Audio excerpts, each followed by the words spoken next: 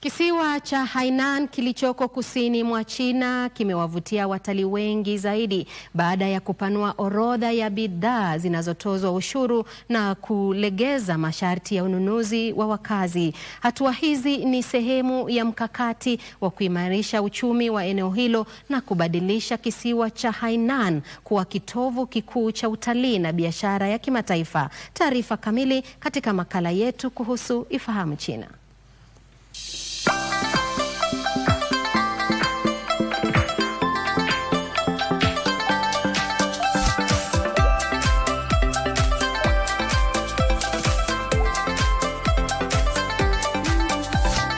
Serikali ya Hainan imeongeza makundi mawili mapya ya bidhaa katika orodha ya bidhaa zisizo na ushuru, yaani vifaa vya wanyama wa kufugwa na ala ndogo za mziki.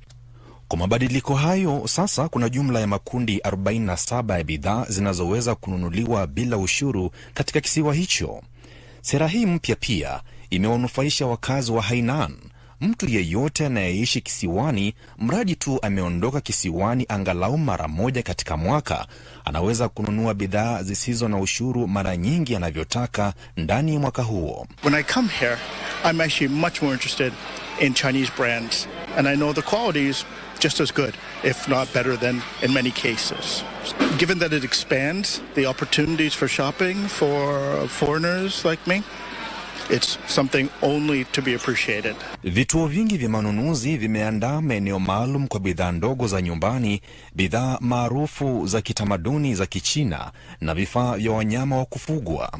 Wateja sasa wanaweza kununua bidhaa kwa bei nafuu zaidi tangu siku ya kwanza ya utekelezaji wa sera hiyo mpya. After the new policy was released, we quickly organized a comprehensive training for all our employees to prepare them to answer consumer questions about the new policy when they enter the store.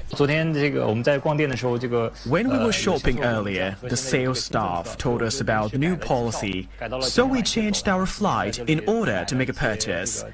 China ilizindua mpango mkuu mnamo mwezi Juni mwaka 2020 wa kulifanya kisiwa cha Hainan kuwa bandari huru ya biashara ambayo ina ushawishi mkubwa duniani ifikapo katikati ya karne hii. Lengo ni kukifanya Hainan kuwa kitovu cha kimataifa cha utalii na vilevile matumizi kufikia mwaka 2035.